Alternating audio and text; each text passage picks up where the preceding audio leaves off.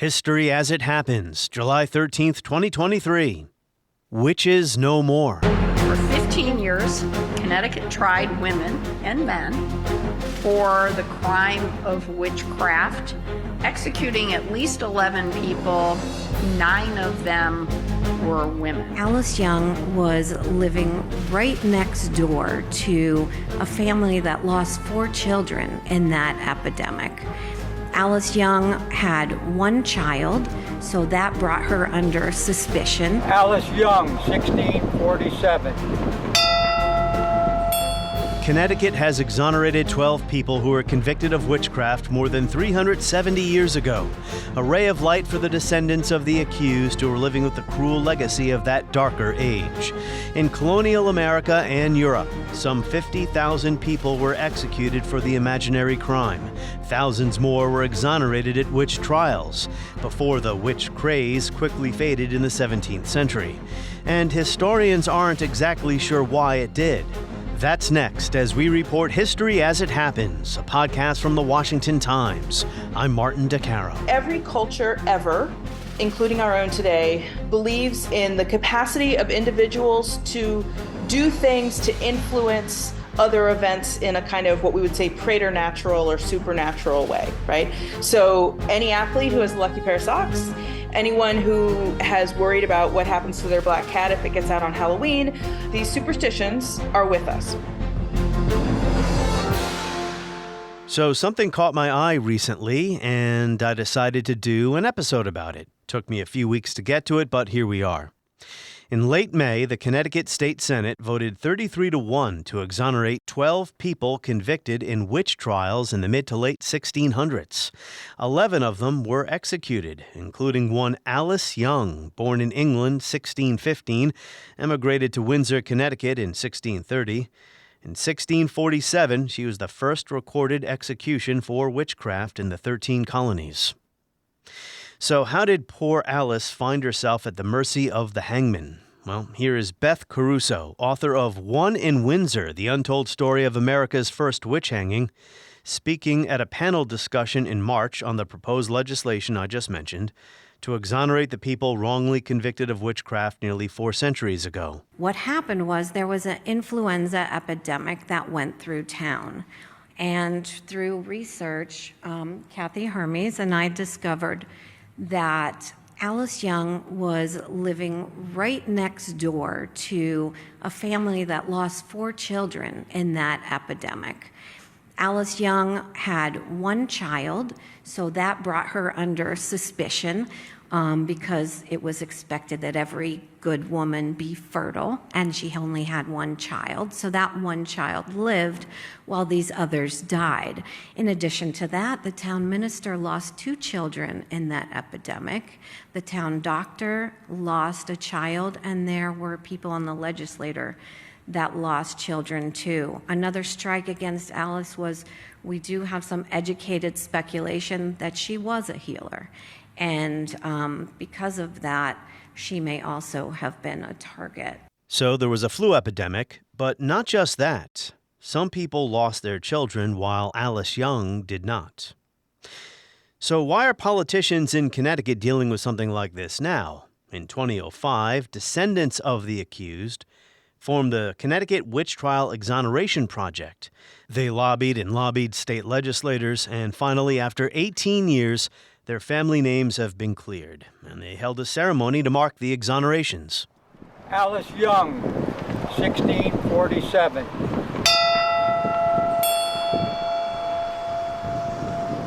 Mary Johnson, 1648.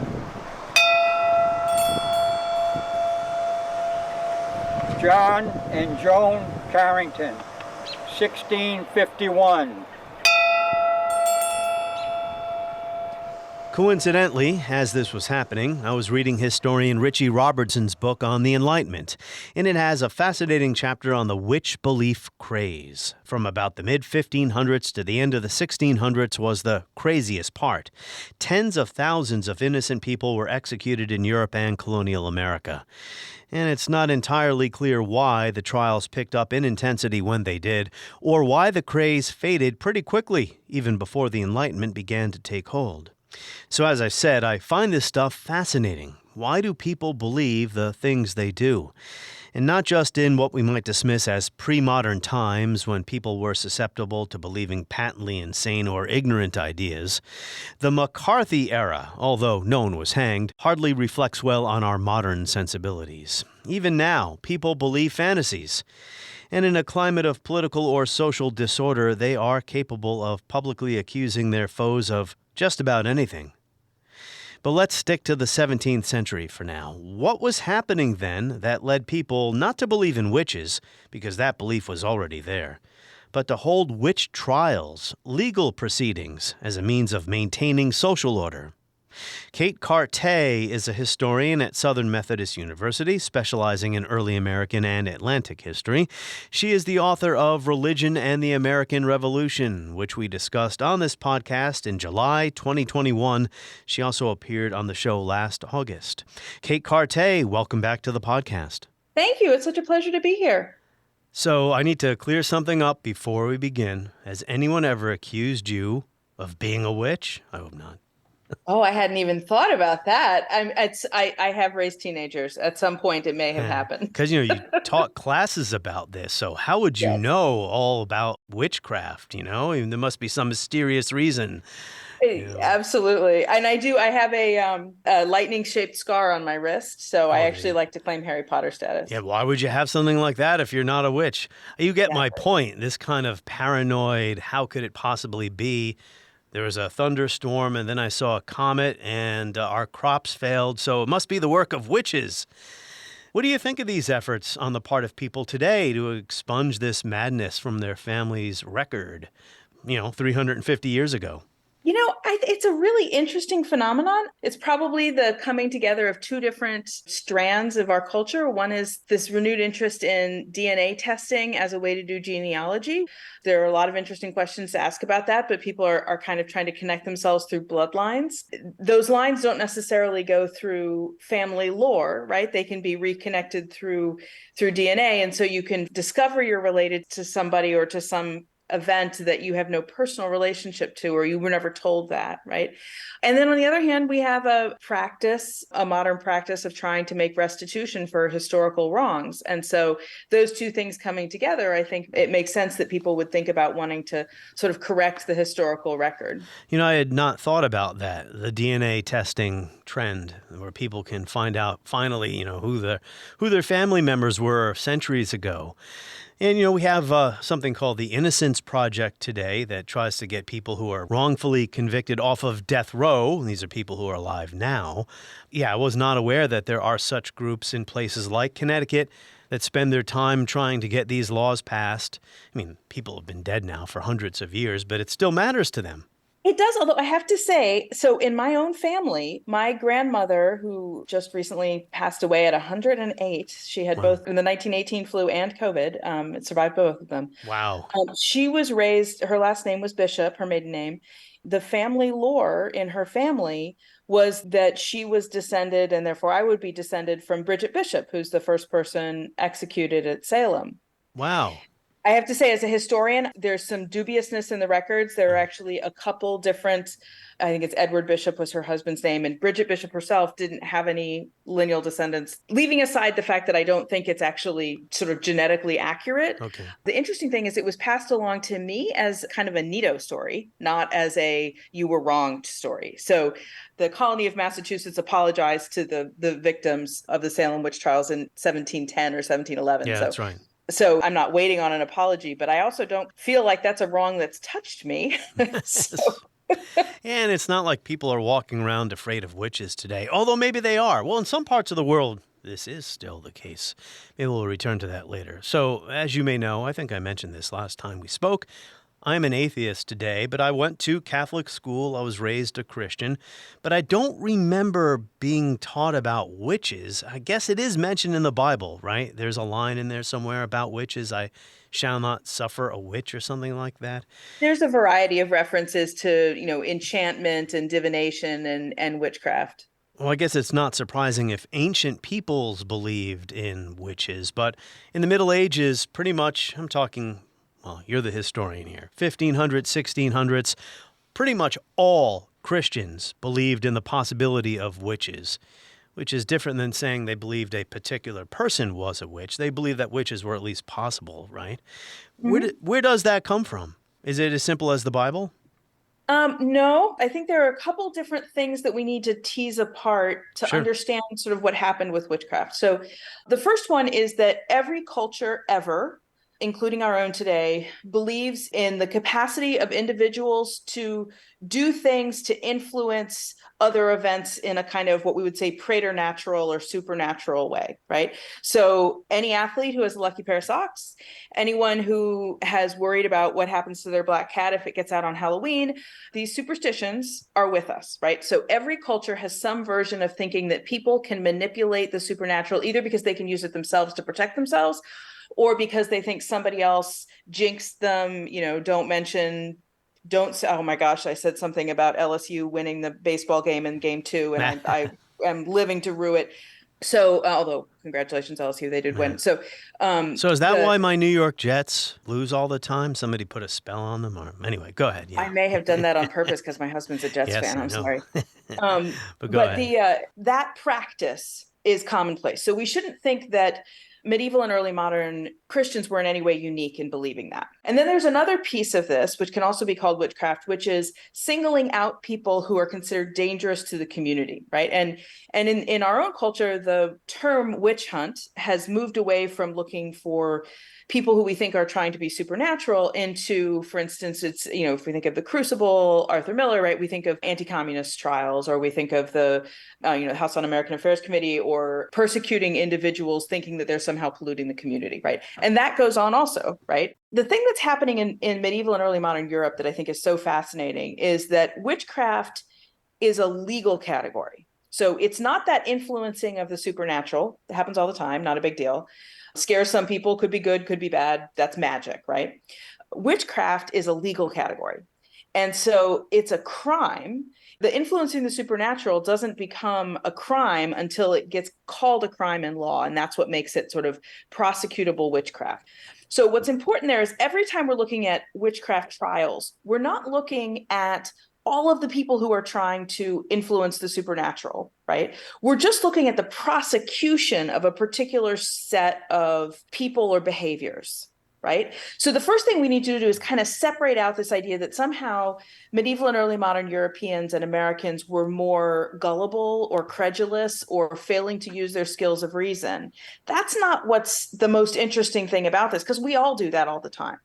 What's interesting is that they chose to use the courts to prosecute specific people for things they called witchcraft. So we're looking at a place in the society where some people are going after other people. Well, historians differ on why it really accelerated after the mid-1550s in Europe. And of course, it comes to America because Europeans moved to America. And also, to what extent people really believed in this stuff or felt compelled to have to go along with the crowd because you don't want to speak too openly your skepticism about all of this. Maybe we can start getting into some of that now. You're a historian of this period. What's your take on why the witch craze really accelerates after the 1550s? What we have to think about with what's going on in the 1550s, right? In the early part of the 16th century, there are two things that really leap out to historians about this period. Three things. One is the conquest of the Americas, or the move into the Americas. That's the first piece. But the two that are really most relevant here are the printing press and the Reformation. And what the Reformation does is open up new kinds of relationships between the state and religion, and opens up a lot of questions about who's believing what and who's acting in what way. And for Protestants, it really focuses a lot of tension on forms of religious authority, which makes people who seem to be doing something a little bit different look scarier than they had 100 years earlier. We should think of the witchcraft trials not as a medieval phenomenon. I love Monty Python, but this really isn't a Middle Ages thing. This is an early modern thing. It has everything to do with the development of the scientific revolution and all of the things that we associate with the early modern era. It's as much that as it is belief. And for those listening who aren't sure when that change happens in the timeline, when does the early modern period begin?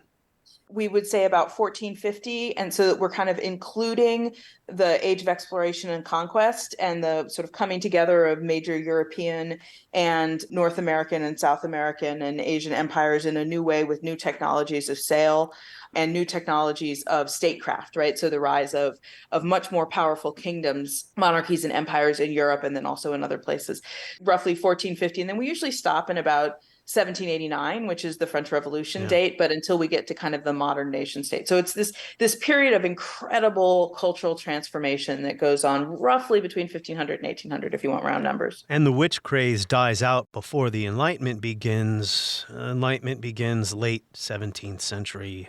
Well, that's where Richie Robertson puts it. I'm reading a book I mentioned about the Enlightenment. Yeah. He says late 17th century, around 1690, the Enlightenment takes hold. But witch belief had already died down. It still lingers, but it dies down. We'll get to the end of the story at the end of the conversation.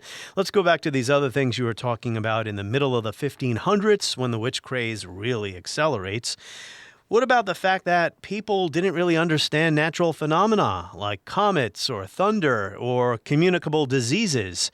So, they have to blame their mishaps on something, and they start pointing the finger at, well, mostly women, who they say are under the direction of Satan himself. They're witches, and they're the ones who are to blame for all of our mishaps. Well, so they don't have a sense that they don't understand the causes of those things. So we shouldn't think of pre-science-y people as constantly confused. They had explanations that worked pretty well for them. They had... I'm sorry, that's a good way of putting it. When I say they didn't understand the real reasons behind them that we do today. Right. But when we think about things like disease transmission, right? So, the word quarantine is an ancient word because they understood that people pass diseases to one another, even when they didn't know what germs were or what little microbes were, right? So they have some sense of how this is going. And they do know that there are natural laws, that there are ways the world is going to predictably behave. So you might get philosophers and theologians arguing about why when you drop an apple, it falls, right? But they know that every time they drop an apple, it falls. They're not every time expecting something different to happen. Now, the caveat to that would be that many leading thinkers of the day would have said that God had the capacity not to make the apple fall if God chose to. Right. But they would also probably say God's not going to choose to keep your apple suspended in midair, or they argue that the age of miracles is over and was confined to biblical times, or, there are various ways that they kind of work around that in order to say that, yes, your world is somewhat predictable and your world is somewhat predictable. But what do you do with things that are a little out of the ordinary? When you start to get uncomfortable, things are changing a little bit. So it's not the ordinary things that are going to cause a problem. And things like, your children dying of dysentery might be kind of ordinary, right? So you don't need a demonic cause for that. But something that you just can't make sense of happens. The little ice age. Well, or even, something, think much smaller. Think a perfectly healthy cow drops dead, right? And you know why cows die. You know what a sick cow looks like. You've been taking care of cows your whole life, right? So when this cow drops dead and you have a neighbor who's angry at you, and that neighbor, they may have said something like, I don't like you, or you're going to pay for that kind of language, then you might believe that maybe that person did something. So what they are believing is that same magic-y stuff that we still believe today, that, you can jinx something or you can harness the evil spirits.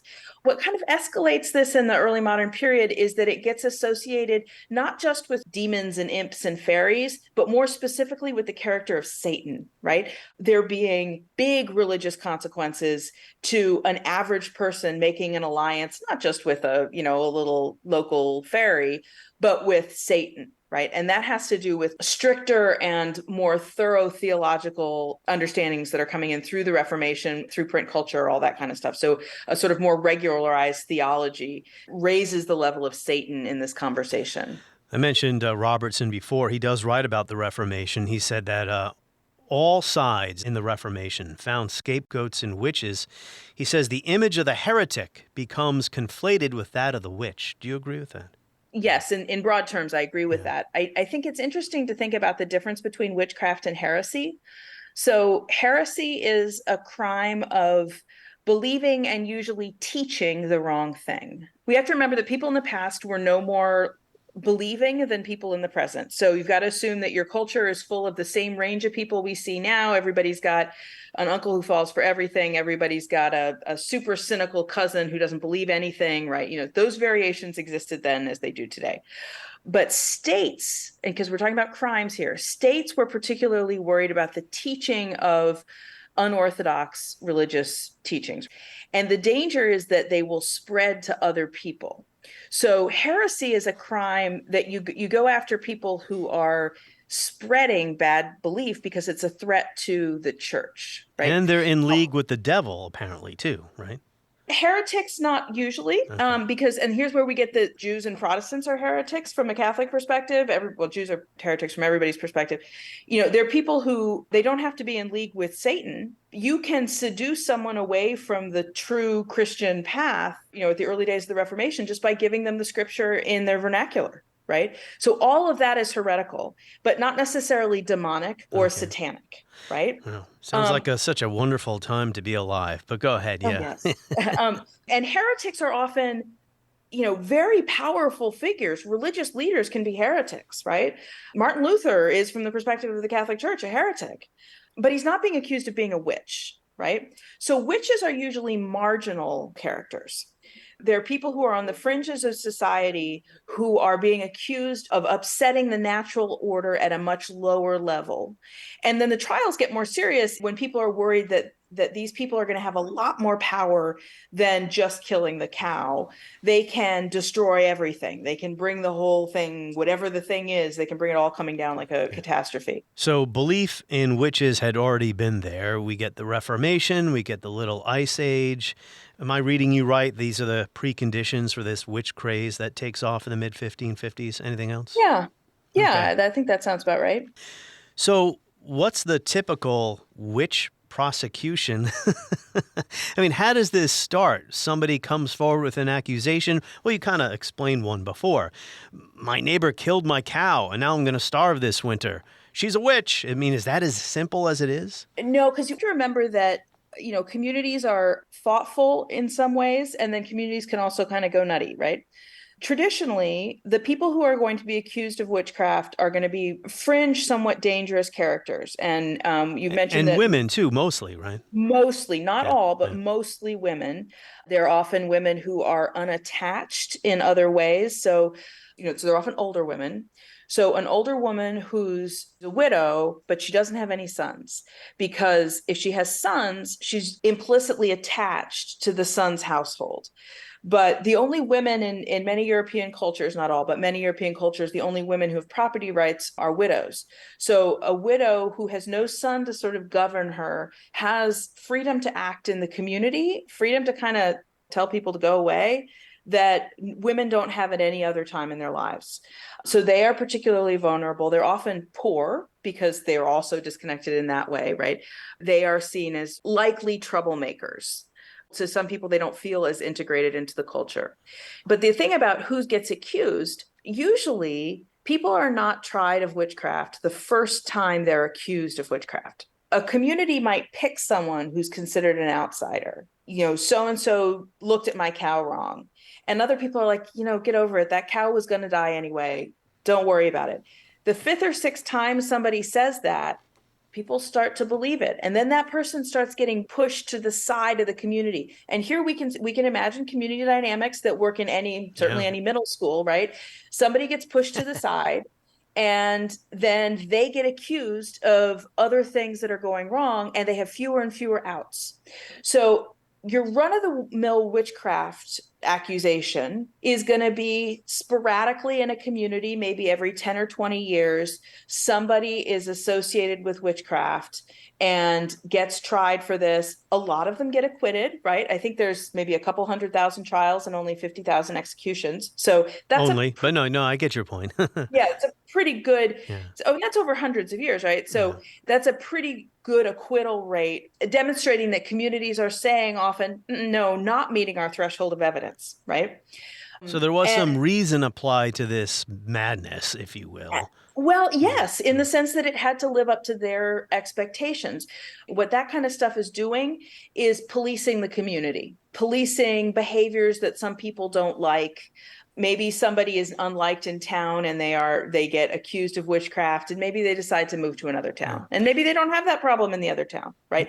So it's community policing that is largely directed at women. In some places, there were mass executions. It sounds like this also could have been, score settling, where you probably don't think this person's a witch, but you want to get back at them for some reason. And you know that leveling the accusation will get them in hot water.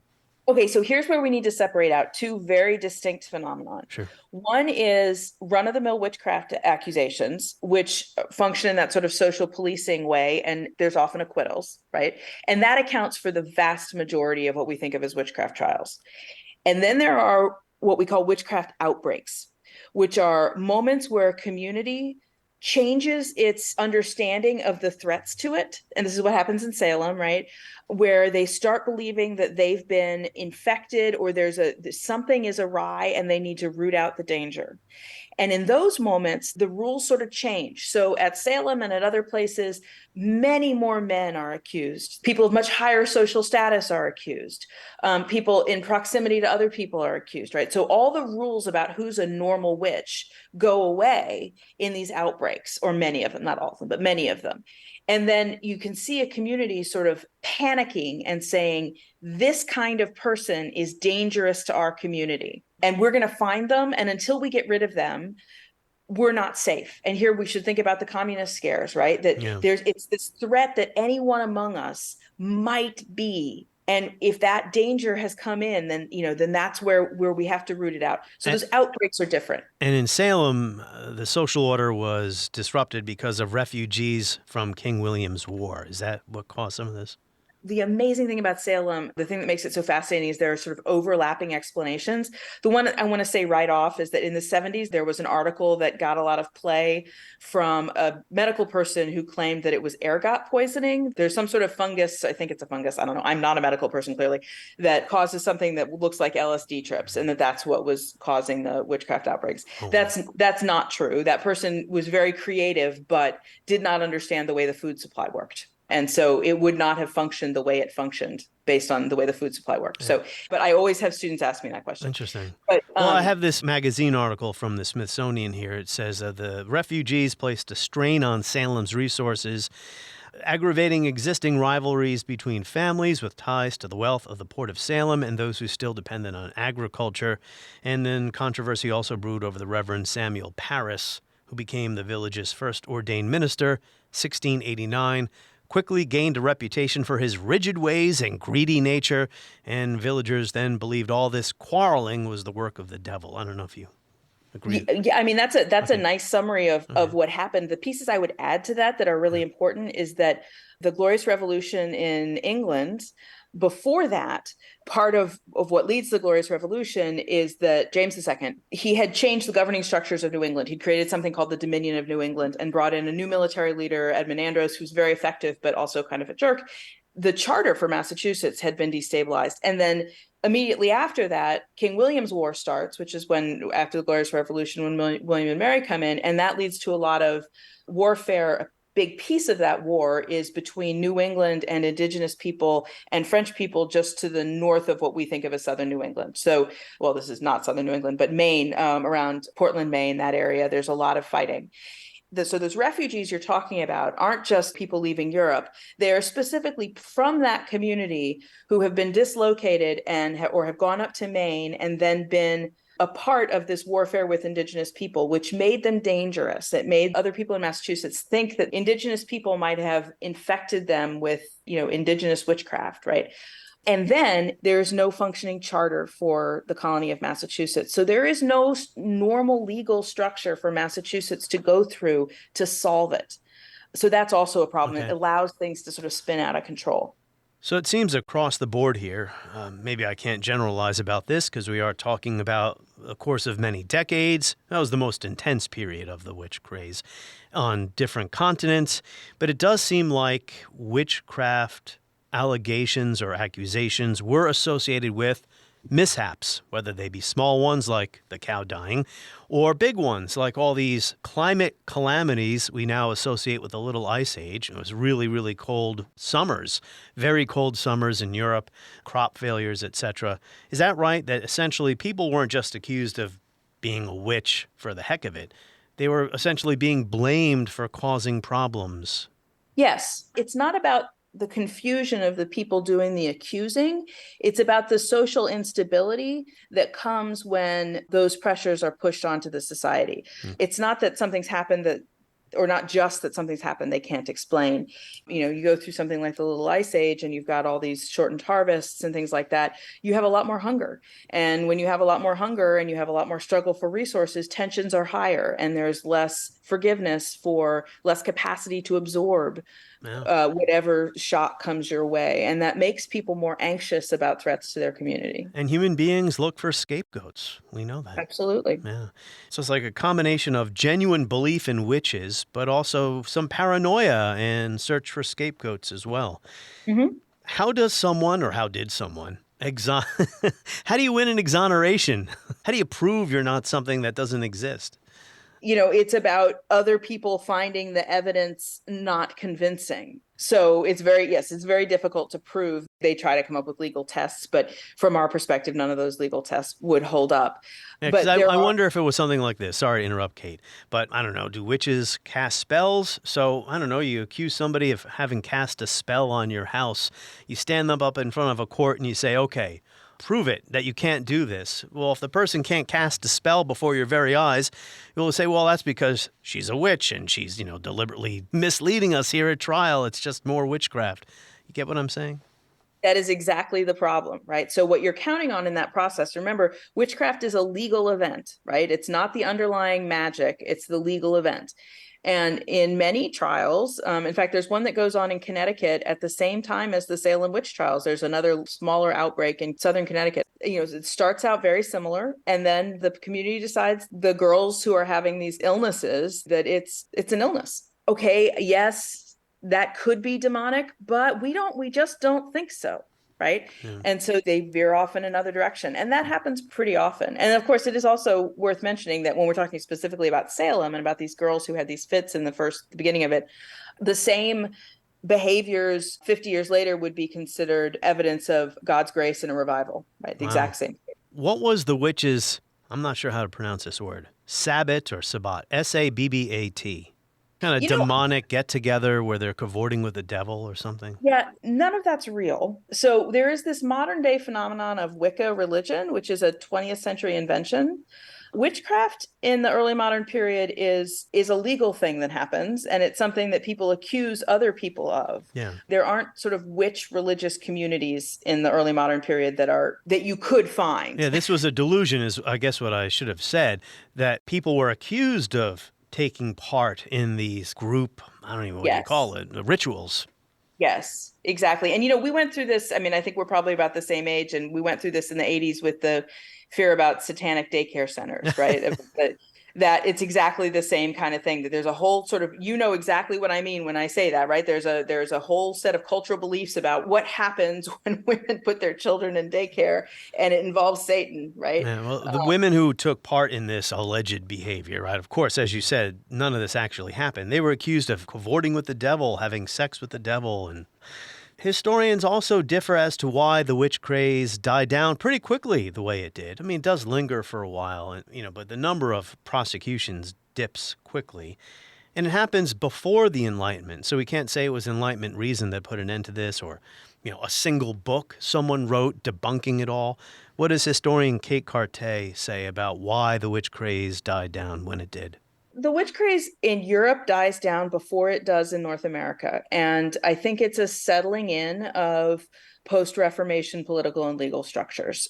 So the need to deal with social disorder through that mechanism as opposed to another mechanism, right? Societies don't give up the capacity to punish social disorder, right? If somebody hurts your cow and you can prove it, you can still try them for hurting your cow, right? So you still have redress. You're just using a different kind of explanation. So there's that. It lasts longer in North America. I think there are a lot of explanations for that. A really important piece of it is the fear that Europeans have because of their proximity to indigenous peoples and their sense that they're in kind of a wilderness, right? I mean, wilderness is also kind of a made-up idea, right? That you're in a place that's untamed or more natural than another place, right? That's an idea that Europeans had when they were in the colonies, even when they'd lived there for a long time. And also, the other thing is that Salem is really an outlier. People in Massachusetts turn against Salem almost immediately. As I said, I think it's like by 1710, they apologized. One of the girls who participated herself apologized for what happened. It's like, it shocks people, like, oh my gosh, did we really do that? And then it becomes synonymous with religious fanaticism. And skepticism is on the rise. There's more skepticism about these allegations. There is, yes. Skepticism is on the rise, and that pushes people away from it. Pre-Enlightenment skepticism. I guess it's hard for me as a non-historian to explain the timing, why certain ideas, certain concepts arise when they do. Why are people now more skeptical, whereas 50 years earlier they would have believed some crazy allegation? I tend to think of it not so much as who believes what, but the social prominence certain kinds of belief will have. In the Salem witch trials, we have a father and son, a father, Increase Mather, who is very concerned about spectral evidence. He is highly skeptical about what's going on at Salem. His son, Cotton Mather, is not. His son is one of the primary believers in the trials. So in that sense, even the generations are, it's the skepticism is in the older generation. But I think what happens in the 18th century, so the Enlightenment is one strain of thought that's going on that's very socially prominent, very politically prominent. Intellectual circles are embracing that. On the other hand, it's also the birth of the awakening movement, what we think of as evangelicalism, which is a rejection of the over-intellectualism of early Protestantism and an embrace of kind of religious ecstasy. Well, so when people do that, when we think about George Whitefield and revivalism and, later on that will include people having great born-again experiences and speaking in tongues, and all kinds of things come out of that strain. That's at the same time as the Enlightenment. And so they're kind of parallel moves. One group of people with a lot of social power really embraces skepticism, and another group of people with a different kind of social power kind of reject it. So 50,000, that is an estimation. It's impossible to know just how many people were executed for being witches. 50,000 people for an imaginary crime. I know you said it was spread out over many, many, many years, but that's still fairly appalling, wouldn't you say? Well, of course. I mean, I'm not a big fan of witchcraft trials. You are not defending it, of course. Yes. I am not defending it, but I will say our instinctive "that's an imaginary crime" comes from our location, saying that was crazy and that was made up. We should be humble before our predecessors and know that they were just as smart and making just as careful judgments as we are. And we put people away, and we even execute people for crimes that, the Innocence, you brought up the Innocence Project. The Innocence Project exonerates people that our legal system in every other way has chosen to convict. So I'm not going to say that the crime underlying those convictions is imaginary, but I will say that the Innocence Project shows us there can be a disjuncture between what we consider legal proof and what another set of evidence shows is true. How do you feel about the use of the term witch hunt? Well, Trump really popularized it, if that's the right word to choose there. The real witch hunts ended with people being hanged or whatever, however they killed them, right? I mean, is it appropriate in your mind historically to use that term the way it's been used so much recently? It doesn't bother me. I think because it's a term with a really rich tradition. I think of it couched within sort of our attitudes towards magic and the supernatural, and that it's interesting we pull that term out for the sort of more political, cultural usage. It can be used metaphorically as well, like McCarthyism. No one got hanged, but that was a witch hunt because McCarthy never found any real communists. Embedded in the idea of the way we use the word witch hunt, it's a way to invalidate the underlying crime, right? Because just as you were saying, this is a made-up crime. If you're hunting for witches, you're doing something that's essentially wrong. And that was right? my point. Thank you for helping me. Yeah. Yeah. So that's and I think it's an interesting twist, and it's a way to sort of reject the premise of your accuser. Communism was a thought crime. When I said McCarthy found no real communists, I mean, he found no real spies, is really what I should have said. I mean, he found people who may at one point in their life expressed pro-communist sentiments, but that's not illegal. But in a social sense, right, it became a black mark against people that you can use just like, well, in the old days, you'd call somebody a witch, you can get them into a lot of trouble. Absolutely. And, there are other ways to handle these kinds of issues. So one of there's a wonderful book by Chris Grasso about skepticism in early America, in the early Republic, and another one by Amanda Porterfield about doubt, right? And both of them look at how our culture sort of eliminated spaces for religious skeptics. And it became sort of compulsory on a public level for people to conform to Protestant Christianity. Although underneath that, all kinds of people continue to believe and not care and do, people are people. But the space to express skepticism about Protestant Christianity kind of evaporates in the early Republic, in the period before the Civil War. So if we think of that in terms of the framing of witchcraft, we're talking about the end of witchcraft trials, but witchcraft is defined as irrational religious belief, fanaticism. Healthy Protestantism is good for the culture. That is supposed to continue, right? So there's a lot of social control going into these words, collective control. I guess to some degree as well, not everyone who says they believe in something really believes it. And Robertson, he compares it to the show trials under Stalin. You kind of had to go along with the idea that all these people were a threat to the USSR and had to be done away with, because if you express your skepticism too loudly, well, you can then wind up on the firing squad as well. How do we know, right? We can't go back in time and quiz people one-on-one in Salem. Do you really believe this, or you're just kind of going along with it until it blows over and then you can... But, it seems that at least many, many people, if not most, truly believed that witches were a threat. Here's where I really think the word belief does us a disservice. Yeah. The important thing is that the legal structure embraced that possibility, and that the most effective and widely agreed upon way to deal with the threat to the community was through that legal structure. I would bet that if you're even in a witchcraft outbreak where there's kind of a panic and hysteria, I would bet that you had people get up in the morning and say, after a good night's sleep, I just don't think my neighbor would have done that. And then by noon, they're saying, I don't know. And these were trials, as you said. They were trials. Right. And we should assume that people change their minds about what they believe between breakfast, lunch, and dinner every day, because most of us do on many points, right? Yeah, that's right. Especially points of public doubt. Should something befall me after I disconnect this call and go about my day, can I blame you? Absolutely. Absolutely. I am theoretically, according to some of my ancestors, descended from Bridget Bishop's first husband. Not really, but Well, thank you, Kate Carté. And, now that I actually mention it, it does look like it's getting cloudy all of a sudden. And, wow. Wait, hold on. Is that rain? Whoa!